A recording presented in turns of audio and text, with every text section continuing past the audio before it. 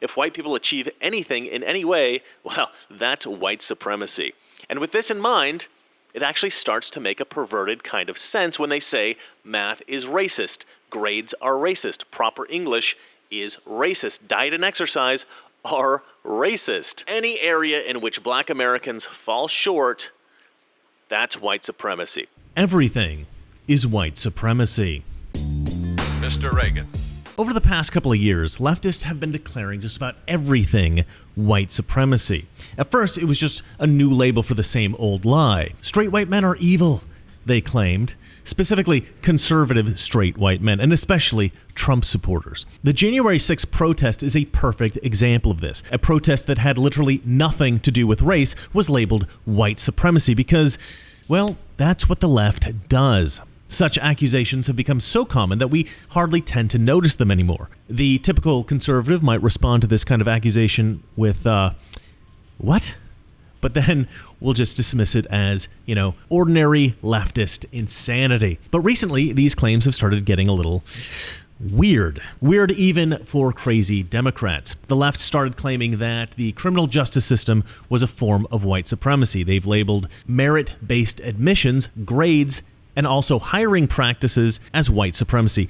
Even math is white supremacy. And then it gets really weird. Larry Elder is now considered a white supremacist. Violent crimes against Asians perpetrated by black men is now called white supremacy. In fact, just about anything you can think of is now being called white supremacy. Now, obviously, this makes no sense, and it really just makes the left look even crazier than they already do. I mean, you'd think that at least somebody on the left would want to hit the brakes and be like, okay, come on, guys. Even Democrats are starting to think that the stuff we're saying is crazy. Maybe we should stop calling literally everything white supremacy. But they don't. Nobody on the left says anything like this, and it's kind of confusing. For a long time, I have been confused by this myself. Until the other day, when I finally figured it out. There is a kind of twisted logic to it, and I'll explain it in one moment. First, of course, I have to sell you something. Noble Gold Investments is pleased to let you know that gold is the best investment class for 2022. Through our record-breaking inflation rate, crashing market, and crypto scams, there is one asset that has held its own: gold. According to longtermtrends.net, gold has actually outperformed the S&P 500, Dow, and Bitcoin for 2022. Had you invested in the Dow a year ago, you would be down almost 10%. If you'd invested in the S&P 500 a year ago, you'd be down more than 20%. Had you invested in Bitcoin a year ago, you would be down more than 65%. Yes, gold has outperformed them all in 2022, and silver is not far behind. While the world was hailing other assets, the real hedge, gold and silver, are the only assets that would have protected your wealth. So join thousands of others by opening a gold IRA or silver IRA with Noble Gold Investments. Get in before the end of this month and you will bag a free 1/4 ounce American Gold Eagle coin with every qualified IRA of $50,000 or more. You cannot go wrong with Noble Gold Investments, and there are thousands of 5-star reviews. So what is this twisted leftist logic that emboldens leftists to feel justified in calling just about everything white supremacy? It basically boils down to a fundamental misunderstanding of the term white supremacy. Now, you got to understand, radical left-wing activists, they're not exactly the brightest minds among us. They tend to redefine words and terms in order to fit whatever they want these things to be. And I think usually we assume that this is intentional and sinister. For instance, they like to define racism as a racial bias plus power. They'll say, well, since white people are in power, only they can be racist. Now, we all know this is baloney, but they really stick to that definition because it allows them to be racist against white people, but not have to bear the burden of that label, racist. That's a label that can't be applied to them, because if that's a label that can't be applied to them, well, then they're free to be as hateful and evil as they want, and they maintain this illusion that they're morally justified because it's not called racism. But I mean, of course it is, but they can live in this delusion that it's not. But in the case of white supremacy, this may not be an intentional definitional shift. It may just be that some of them are confused. Or maybe it is intentional. I don't know. Feel free to let me know what you think in the comment section below. But so what is this confused definition? Well, white supremacy is the belief that white people are better than everybody else, that the white race is the best race, the supreme race, and it's a belief that white people should dominate all other races as if all the other races are slightly subhuman. That is the true definition of white supremacy. It's inexorably tied to racism. You can't have white supremacy without racism. First comes the racism, then comes the white supremacy. But the left seems to have inverted this definition. Their delusional thought goes like this: every race is equal in every way. Therefore, any statistical disparity between the races in any category of achievement must be due to racism. And therefore, every category in which white people dominate must be a product of racism and should therefore be called white supremacy. And so, the left has now defined white supremacy as any sign of white dominance in any area at all, regardless of any other factors. If white people achieve anything in any way, well, that's white supremacy. And with this in mind, it actually starts to make a perverted kind of sense when they say math is racist, grades are racist, proper English is racist, diet and exercise are racist. Any area in which Black Americans fall short, that's white supremacy. And it's even gotten more insane because any kind of achievement, if it's not Black achievement, is now filed in the white supremacy folder. This is because the entire idea of inequitable achievement in the minds of crazy leftists stems from this kind of bigotry. And so any kind of inequitable achievement is an extension of white supremacy. And so now even the success of Asians can be called white supremacy. Now, it's still a real stretch to call Larry Elder a white supremacist considering that he is Black, but there is a sick and twisted logic to that too. There's a new term, you see, white adjacent. If you are Asian or Hispanic or even Black, if you accept white American culture, which leftists have labeled white supremacist, and if you don't fight against it, well, then you're part of the problem. You might not be white, but you're not Asian enough. You're not Hispanic enough. You're not Black enough. You're white adjacent. In Los Angeles, if you're looking for apartments in Mid-Wilshire or in West Hollywood or Westwood, oftentimes the listings will say Beverly Hills adjacent. This is a way to kind of increase the value of the apartment, right? And this idea of being white adjacent, this is the same thing, but in reverse. If you're white adjacent, well, then you are contaminated. A long time ago, I made a video that blew up on Facebook called Why Some Black People Hate White People.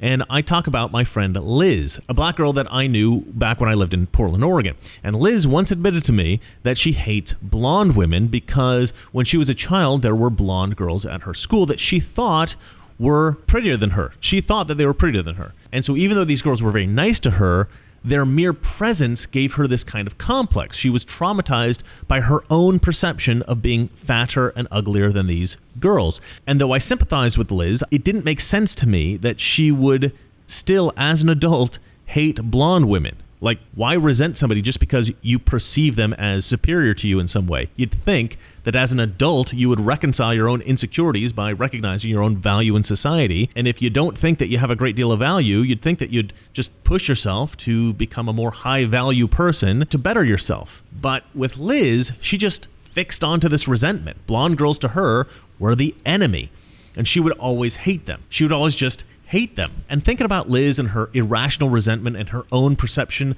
of white girls being superior to her, I realized that a lot of the resentment that some Black Americans have against white Americans may not actually be a perception that white people act superior or express a belief in their own superiority, but rather a perception that these Black people have themselves that white people are superior. They perceive white people as superior and they resent white people for it. And very few people would ever admit to such a thing. And so instead, they say, white people, you all think that you're better than us. You're racist. You're white supremacists. And we're like, no, we like you fine. And they say, yeah, but you don't really. And, I don't know, maybe it's because these people think, well, if I perceive white people as superior, then they must see that too.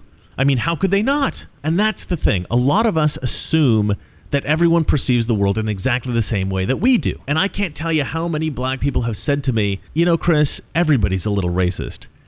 And whenever I hear that, I think, you basically just admitted that you're racist. But no, not everybody is a little racist. But as I said, this story about Liz made me realize that at least some of the racism that I see coming from Black people in America stems from their own perceptions of white superiority. And I don't think that that's good at all. I think that these Black racists who resent white people need to recognize that they are not inferior, that white people are not superior. Instead, maybe recognize that we're all just a little bit different, right? You see, in my view, the value of a person is entirely in how good of a person that you are. Intellect, athleticism, wealth, none of this has any real value. The real value lies in your morality, and anyone can be good regardless of anything else. But of course, most people think that success and wealth and fame and power are the ultimate indicators of value in this world. And so if you're not successful or wealthy or famous or powerful, well, then you are a low-value person. And you can either be low value because you were born with biological deficiencies. Some people are, for instance, born handicapped in pretty severe ways, and they don't add a lot of material value to the rest of the world. Or you can be low value because of external factors. Maybe the world has treated you unfairly, or you've had bad luck or something like that. Maybe you have the potential to be a high value person, but you've just not had any opportunities to exhibit this. Now, we're taught in school that every race is equal, that men and women are equal, that gay people, straight people, every category of people is equal. And I think about every white person has accepted this since at least the 1980s when I was a kid. But I think that people also accept, or well, they used to accept, that there are still differences. Black people are better at some things, Asians are better at other things, and white people are better at still other things. And this was fine. This is a fine way to think. I think that this is true. And people have often bickered, at least a little bit, about the details there, but I think that it has been universally accepted as true for many, many years. But there's been a shift, maybe in the last 10 years or so. These days, the idea of everybody is equal, this has now been accepted far too literally. Like, everybody is exactly the same in every conceivable way. Now, everyone sees that some people are tall and some people are short, but this is about the only thing that leftists will admit is truly different between people. I mean, they can't even define what a woman is, right? Biological sex is no longer an indicator of your gender for leftists. That's how delusional they've become. XX chromosomes and female genitalia no longer indicate your gender to them. Gender is entirely psychological, independent of biological sex, and obviously this is absurd. And it's absurd to think that height is the only distinguishable characteristic determined by our genetics. Men are stronger than women. I'm sorry. I know some of you may find that difficult to hear, but that's true. Men are stronger than women. It's just true. Black people tend to be better at sports. Asians tend to be better at math. We all used to accept these things without controversy, Republicans and Democrats alike, because we used to be sane in this country. Well, now saying any of these things is considered racist. And so a lot of people have apparently convinced themselves that everybody is exactly the same and it's only outside forces that direct us toward success or failure in life. If black people are disproportionately poor in America, well, it's not their fault, it's racism. And if white people are disproportionately successful, well, that's white supremacy. There can be no other reasons. And so this makes a kind of deranged sense. If everybody is exactly equal, well then yeah, maybe racism is the problem. If there are as many potentially amazing Asian basketball players in this world as black basketball players, then the only reason there aren't more Asian basketball players, well, it must be, at least partly due, to racism. And if there are as many potentially brilliant black structural engineers in this world as white structural engineers, well, then the only reason that white people might dominate the engineering profession, well, it must be white supremacy. I mean, everybody's exactly equal, exactly the same, right? Well, let's pretend that everybody is exactly equal, exactly the same. Let's pretend that there are as many great Asian basketball players as black, as many black math geniuses as the Asians, and that there is an equal number of potentially brilliant structural engineers and airline pilots in every race. Let's pretend that that's true. It's not, but let's pretend. Okay, so every race is statistically the same. Even in this scenario, you're never going to get equitable outcomes. Why? Because of choice, human desire, interest, culture. Among Asians, typically education is paramount.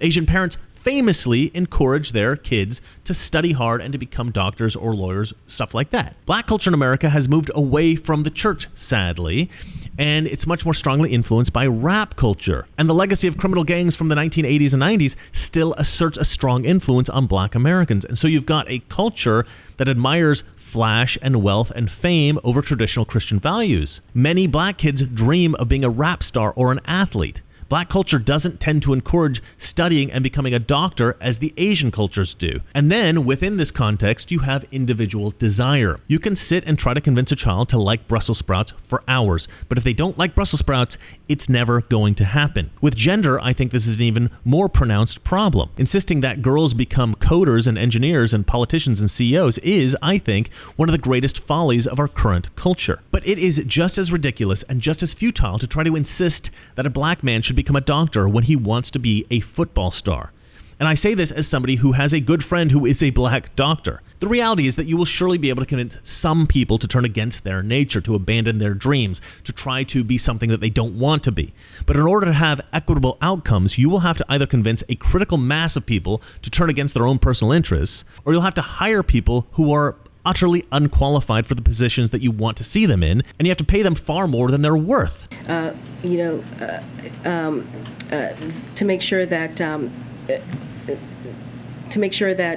this is a terrible policy. It's bad for the company. It's terrible for the qualified applicant who should have been hired. It's bad for society in general, and it's even bad for the person who's been hired because they're now in a stressful job getting paid way too much for doing something that they're really bad at.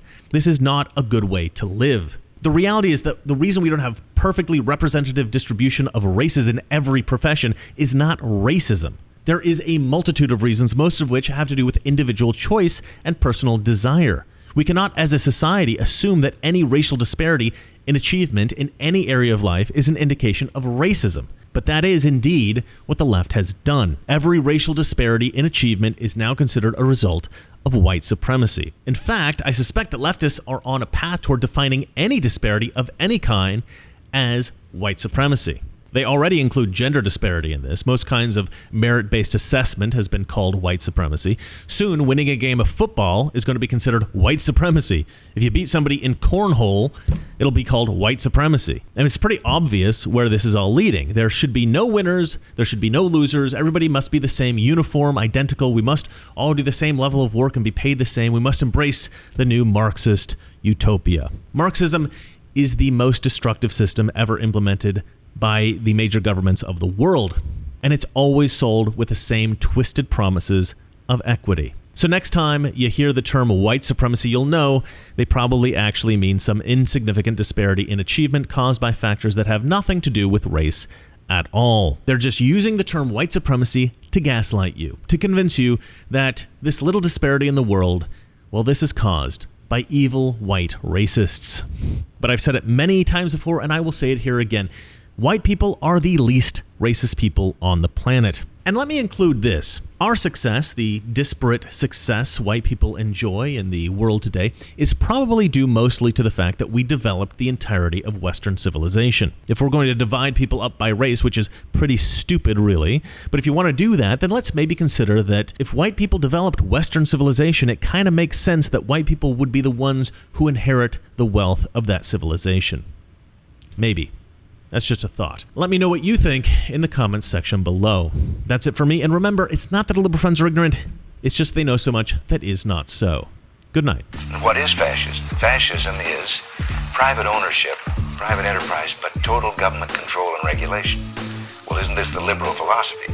The conservative, so-called, is the one that says, less government, get off my back, get out of my pocket, and let me have more control of my own destiny.